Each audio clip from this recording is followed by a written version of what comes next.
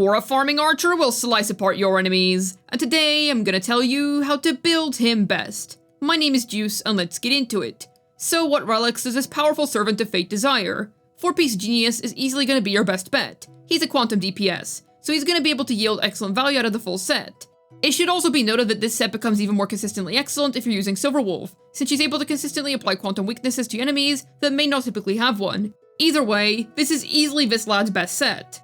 You can also opt to pick 4-piece Scholar Lost in Erudition or 4-piece Poet instead as alternatives. However, Genius is just going to be better all around. In terms of his 2-piece String and Orb, Redolent Arena is going to be your best bet. This is because the largest part of his damage output is within his skill, and Redolent Arena buffs that. However, Inert Sauce Auto ends up being a perfectly fine alternative, since both his follow-up attack and ultimate are quite strong.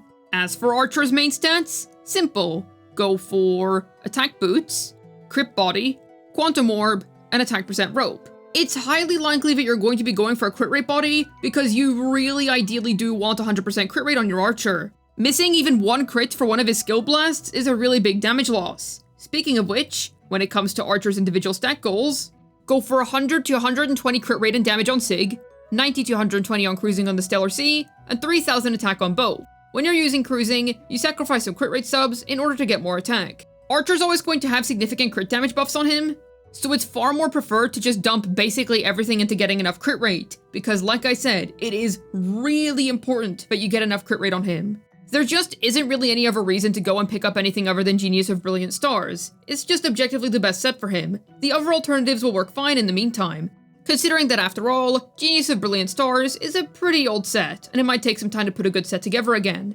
Or who knows, maybe that old Zealous set that you've got collecting dust in the back will finally be able to see the light of day again. His String and Orb are pretty close to each other in terms of performance, but if you can, go for Rudolent. Which light cones will help Archer take down his enemies the best? Well, naturally his signature light cone is going to be your absolute best bet. It gives him some free crit rate, which as we know at this point is very important for Archer. Not to mention the absurdly high amount of attack that you're able to get from it and stack up from it. Definitely his most ideal light cone option. Pick it up if you're able to. Otherwise, if you don't have access to it, Dr. Ratio's light cone actually ends up being pretty good on Archer. The crit damage increase is very nice, and considering that some of Archer's best installed teammates apply debuffs, he's easily able to take advantage of a second part of a light cone. Topaz's light cone also ends up being pretty good for Archer, since he's able to make a decent amount of use out of the passive, not to mention a very nice crit rate increase. He loves that. Your most free-to-play friendly option is going to be Cruising in the Stellar Sea. Free crit rate, we know how good that is for him at this point, plus some free attack. The buffs might not be mega consistent, but in terms of free-to-play friendly options, you're not gonna get better than this. Really solid light cone option for him. You are able to use other hunt light cones, but the ones that I mentioned are just easily the best for him, and I would say that if they're worse than Cruising in the Stellar Sea, then they're just not as worth using considering that Cruising is free to play. Yet who shall be assisting Archer in his quest to unleash his unlimited blade works? Well, the #1 main harmony that you're really gonna want to get for Archer is Sparkle. This is because when it comes to Archer's gameplay, your primary goal is going to be doing at least 2 skill blasts in a row. Ideally 3 if possible, and that consumes a lot of skill points, because 1 skill blast from Archer consumes 2 skill points at a time, so you're really gonna want to have Sparkle around, because her ultimate is able to refuel skill points. If you don't have Sparkle by your side, it's going to be much harder to ever consistently use 3 skills in a row when you're using Archer.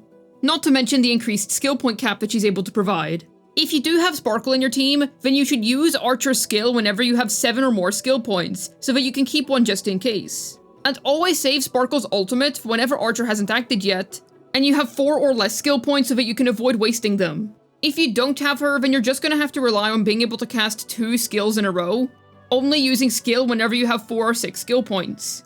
If you're unable to attain Sparkle as of now, then you can go for Ruame as your free-to-play friendly option in place of her.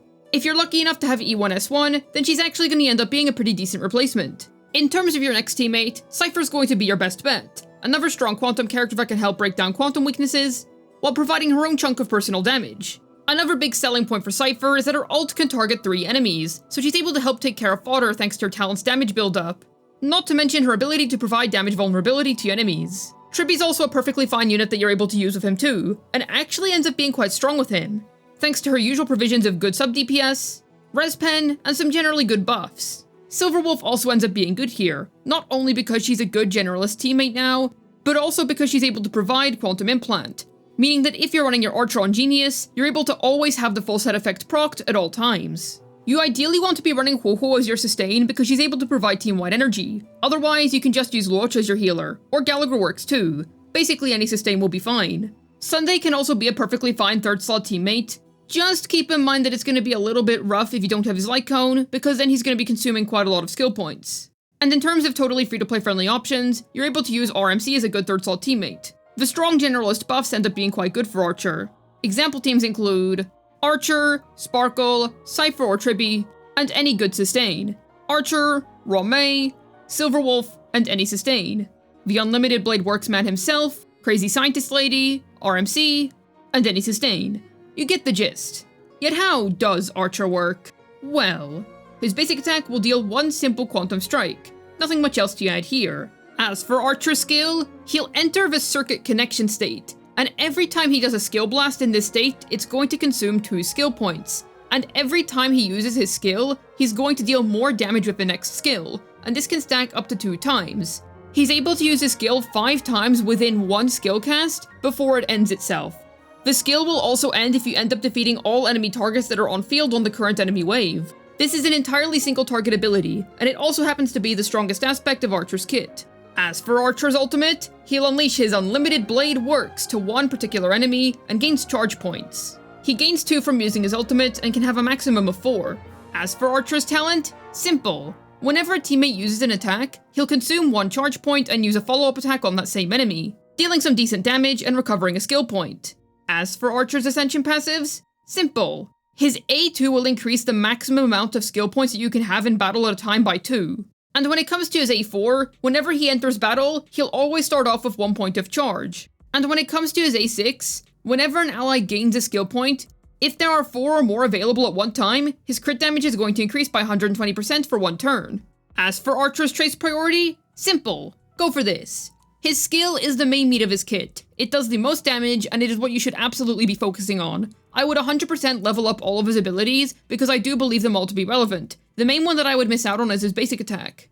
But when it comes to his skill, ultimate, and talent, all of them are very useful for him. But certainly make sure you prioritize that skill of his. Don't neglect his ultimate, it definitely does quite a nice share of damage, and his follow-up attack can be pretty neat too. I'd say you can comfortably just ignore his basic attack, but if you insist on leveling it up, then I'd say 4 or 5 out of 6 would be enough. Are you a hardcore Fate fan that absolutely loves Archer and wants to dump everything into him? Then let's talk Eidolons. His E1 makes his skill point economy so much better, and it's genuinely a really good early Eidolon for him. I'd say that if you're planning to main Archer in the long run, I would seriously not sleep on this E1. It's a really good piece of early investment to get. Getting Sparkle is more important than this, so I would focus on that first, but otherwise, really worth your time. His E2 ends up being a pretty nice damage increase, since he's able to reduce Quantum Res, which is a really big deal. The application of Quantum Weakness is pretty nice, especially if you're using Cypher or Tribby over Silverwolf. Definitely a nice damage increase, but it's nothing that you need to be gunning after. His E3 providing +2 to his skill is a really big deal. The +1 to his basic attack, not so much, but the skill increase, very nice. His E4 is a very straightforward, straight-up ultimate damage increase, so you can't really go wrong there. It's a good E4, but it's nothing that I would go out of your way for. Definitely nice, though. Very fun if you want to see his Unlimited Blade Works go absolutely ham. The +2 to his ultimate and talent are pretty nice increases, especially his ultimate after that E4. Even if his skill is his main source of damage output, this is a very nice Eidolon. His E6 turns his skill from a nuclear bomb into a nuclear warhead. It is insane. His skill damage is now going to ignore 20% of enemy death, which is very big. This will also further help out with his skill point economy, and he's able to boost his skill damage one more time. Very nice E6. But ultimately, he ends up feeling like a very complete unit at E0. I would say that his E1 is definitely a very nice investment to make, especially if you plan to main him in the long term, but the number one thing that you really want to focus on getting is Sparkle. If you don't have Sparkle, then I cannot emphasize this enough. She is going to be the biggest increase in comfort and playability to your Archer teams. And she will definitely be helping out his damage, because he's going to be able to consistently cast all 3 skills far more frequently. So if you're looking to heavily invest in Archer, I would pull for Sparkle first, and then get Archer's E1. All around, it's very impressive that this is a free unit. He feels really freaking strong, he's amazing in Apocalyptic Shadow, and he's just all around melting endgame. He excels in basically any single target centric fight, and I think Hoiverse did a pretty good job with him. All around, I'm satisfied. How about yourself? Are you impressed with Archer's strength? Let me know down below. I'd love to hear your thoughts. Hopefully this video was able to get your Archer burying his enemies with his unlimited blade works. This has been Juice, signing out. And any enemy that stands in Archer's way is sure to meet a doomed fate.